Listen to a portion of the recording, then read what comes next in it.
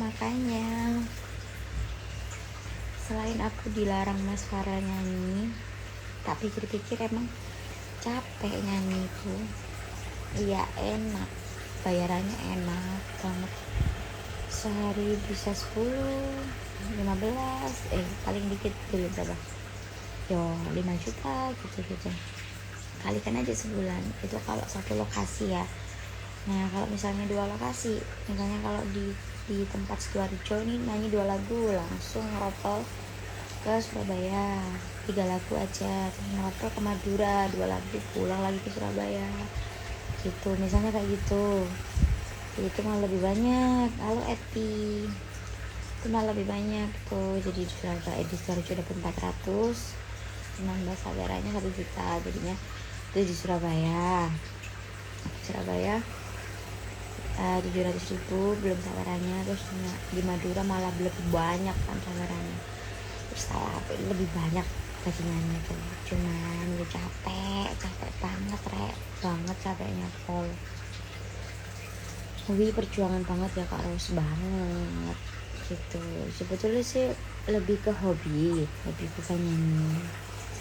Pasal mbak pada jadwal, bukan capek nyanyinya, bukan nungguin gilirannya itu yang capek. Kan penyanyi tuh ada yang sampai 17, jadinya pas giliranku terakhir apa nggak capek abis make up nyampe panggung, giliranku nomor 16, jadinya yo ngantuk gitu. Paling enak giliran nomor 2, nomor 1 nggak enak karena belum tahu mikrofonnya itu enak apa nggak dipakainya gitu. Jadinya enakan nomor 2. Habis nyanyi ini tiduran di sebelah panggung di dalam rumah tuan rumahnya gitu sampai nunggu selesai pulang deh gitu. Kalau tadinya sih nggak capek karena cuma 2 lagu. Kadang kalau ada yang request ya kayak Barbie itu, yang kayak Barbie itu tadi yang Arab tuh gitu, aku yang maju, jadinya yo nyanyi lagi 3 lagu gitu. Tumben Kak apa nih pi turu arek. Jadi ada susah dan senangnya. Sendiri PP kadang kamu tuh kadang ya diantar sama papaku yang nyetirin papaku, tapi kalau papaku kerja yo aku sendiri yang nyetir gitu. Karena ya aku tuh ngantuk ya kan ya. Jadi waktu pulang nyanyi dari Madura itu kan lewat Suramadu kan sepi, maksudnya tuh lebar jalan buat mobil kan lebar. Aku tuh nyetir ngantuk, tidur nggak taunya udah nyampe pucuk. Padahal aku kondisi tidur itu udah gini tapi nyetir, mataku tuh nyetir tapi tidur gitu gini. Nah, aku tuh nyetir mataku merem aja gini, terus aku tiba-tiba jelit berasa gitu, ya Allah udah nyampe ujung. Untung banget aku tuh nggak nabrak gitu loh. Di Sidoarjo juga pernah nyampe mana ya, nyampe pokoknya ada tulisan Surabaya gitu loh. Pom bensin Aloha, nyampe pom bensin Aloha itu pokoknya. Aku arah pulang tapi bukan arah berangkat ke Alohanya, arah pulang.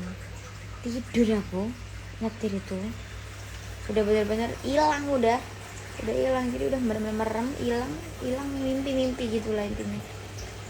Pas bangun gini mungkin udah minggir banget itu. Untung aku nggak nabrak pohon kayak gitu, saking capeknya aku gitu loh jadi bahaya banget sebetulnya. Ya Allah, nggak tidur jam berapa, sengantuknya. Jadi nyanyi itu ada susah senengnya dapat duit. Kak Ros foto rambut cowok berapa ya Kak? Nggak tahu, belum bikin list harga cowok. Seumumnya aja, umumnya itu berapa gitu.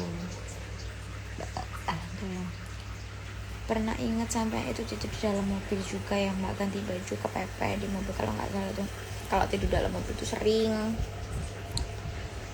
Jadi ingat nyanyi di Gresik sama mamaku.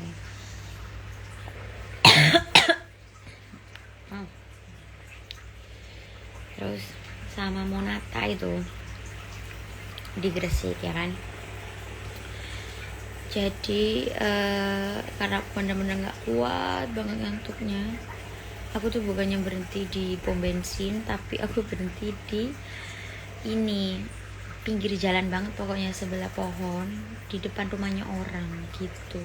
Oh gimana ya, sebelah kanan jalan itu rumahnya orang full, sebelah kiri jalan tuh pohon gitu. Jadi aku di sebelah kiri di pohon itu gitu. Terus kacanya aku buka dikit, mesin aku matiin, aku tidur alarm pokoknya. Aku alarm selama 1 jam gitu lah, aku tidur. Gak kuat aku daripada aku nabrak ya kan, mending aku tidur. Jadi mamaku juga tidur siang, pagi jam 10. Ingat banget aku kejadian apa yang tak terduga waktu manggung. Banyak. Caroan ada di Madura.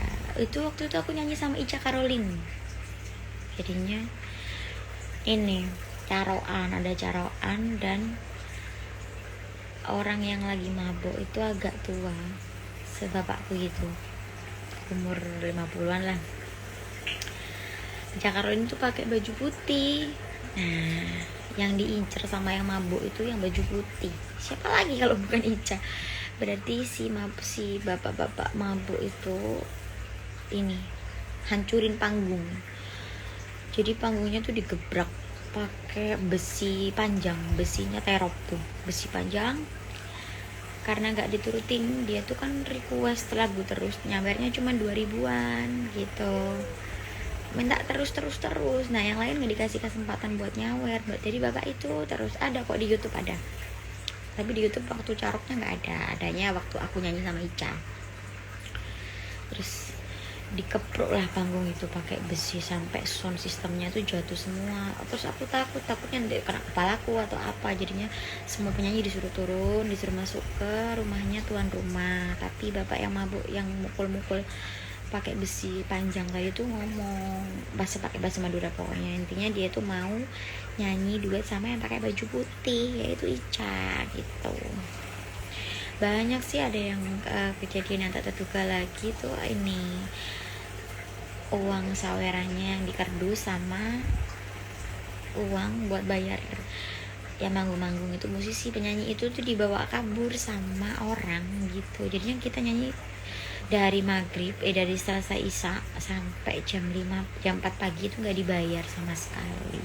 Banyak pokoknya kejadian yang gak terduga waktu manggung. Apalagi banyak tapi yang paling sering itu tawuran ya kan. Takut loh kalau Madura tawuran itu loh. Sirek apa mana yo akhirnya lagi diling-iling rek.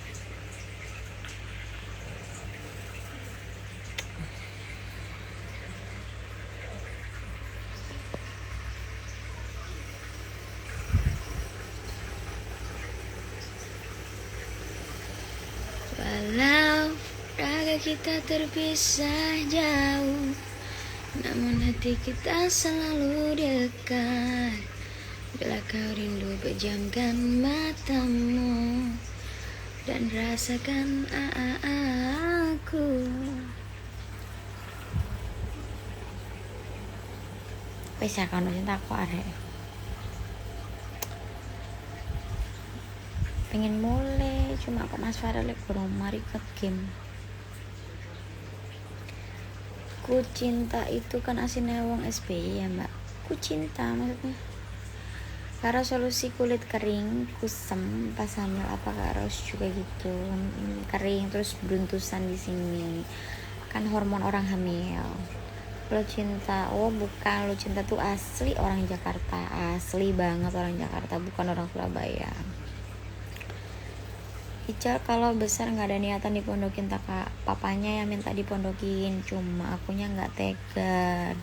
Bukan hanya nggak tega sih, lebih ke bahaya orang dipondokin karena kebanyakan, bukan semua ya, kebanyakan alias mayoritas itu orang yang keluaran dari pondok itu jadinya nakal banget karena mungkin ya Mungkin karena di pondok itu dia terlalu dikekang, terus diatur bangunnya harus pagi,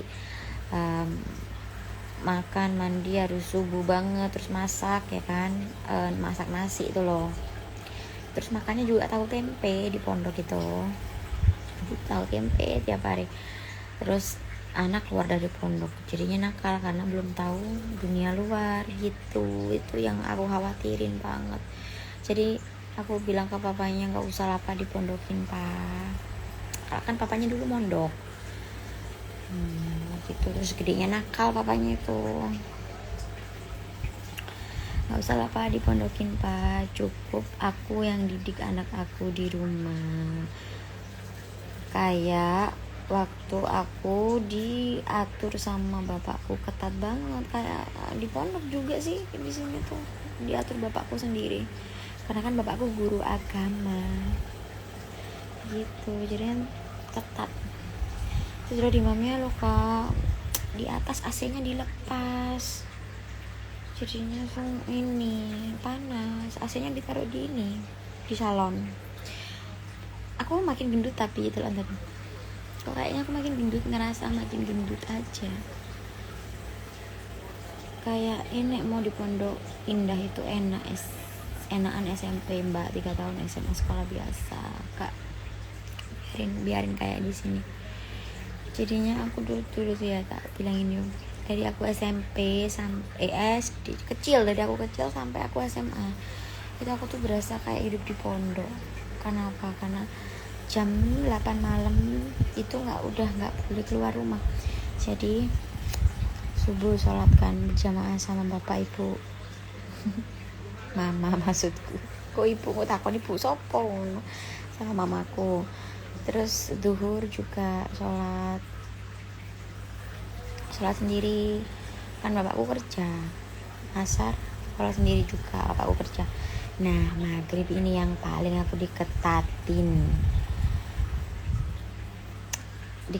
banget. Tadi maghrib itu berjamaah sama mamaku sama bapakku, terus nggak boleh lepas mukena, jadi langsung lanjut ngajinya sampai adzan isya itu lanjut sholat. Habis adzan isya itu sholat berjamaah sama bapak, terus lanjut belajar. Habisnya belajar, nah itu bebas aku main di depan rumah sama teman-teman. Itu jam nggak boleh lebih dari jam 8 harus masuk rumah. Kalau nggak masuk rumah aku disebet pakai sajadah gitu. Jadi makanya teman-temanku di sini tahu kayak gimana aku dididik sama bapakku gitu. Nah Isya juga tak gituin, sama kayak aku kecil, jadi nggak perlu dipondokin gitu loh. Tiap hari lah aku kayak gitu. Jadi makanya orang ngiranya aku mondok karena ini ngerti tartil, ngerti ngaji, ngerti qiraah, ngerti sembarang kali tentang agama. Cuman aku disuruh pakai jilbab sama bapakku. Akunya bandel, sampai sekarang nggak pakai jilbab. Kalau mamaku kan 24 jam, meskipun tidur terus mau mandi pun lepas jilbabnya di kamar mandi gitu. Mbak Merita, Mbak Merita maksudnya Mbak Rosita ta. Televisinya mumpuk saiki. Aku tuh naik 2 kilo kan kapan hari itu 51, terus turun lagi nggak sampai 51. Lah kok saiki 53. Nek zaman kita kayak gitu ya Mbak, on time jam 8 harus tidur di rumah malam. Tapi kalau ada sekarang lo slow sampai jam malam itu pas. Enggak sih, teman-temanku di sini dulu tuh sampai jam 10 malam baru dipanggil bapaknya. Kalau aku jam 8, jadi makanya yang waktu Mas Farel tuh di depan rumah itu dibilangin sama teman-temanku, oh Rel Rosita iku Rel biyen cilikane ku disebeti bapake lek wis jam 8 gak masuk rumah gitu. Saya minum susu tak enggak mek 2 kali minum tok iku langsung aku cerita itu lo yang di ambek Sinti aku dibuka mareng ngono susune iku didekek iki lho, didekek kalenge isel terus anyep isel gak gelem akhirnya ambek aku tak kayak kresek eling gak awamu. Mungkin efek kabeh kalau jadi tambah andut salah banget. Ini karena aku minum penggemuk. Aku minum penggemuk rek, yang tak jual di Shopee itu loh, udah dari tahun 2014 sampai sekarang. Jadi aku tuh ya kalau ngerasa badan aku terlalu kurus, gak pantas rasanya kok aku tuh kurus. Jadi kalau aku kurus tuh pipiku kempong di kamera tuh kayak nenek sihir gitu, nggak pantas. Ini lencir banget, aku nggak suka. Aku tuh lu suka ini yang mumpluk, jadi ininya tuh kelihatan mumpluk juga gitu. Jadinya aku minum pelangsing penggemuk. Nanti kalau aku kegendutan tinggal minum pelangsing begitu. Karos dalam maksudku mendapati wis apa nggak turut ta. Ayo apa Mas Warlo sih main game di depan, belum mau pulang. Nah ini dia ngajak pulang, aku mau pulang dulu ya. Iyo.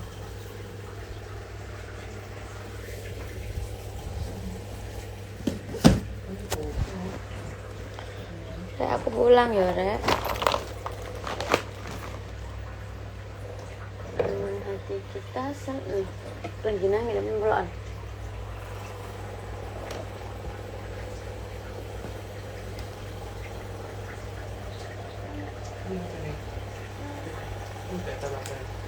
Iya, dikajuran iseng entar.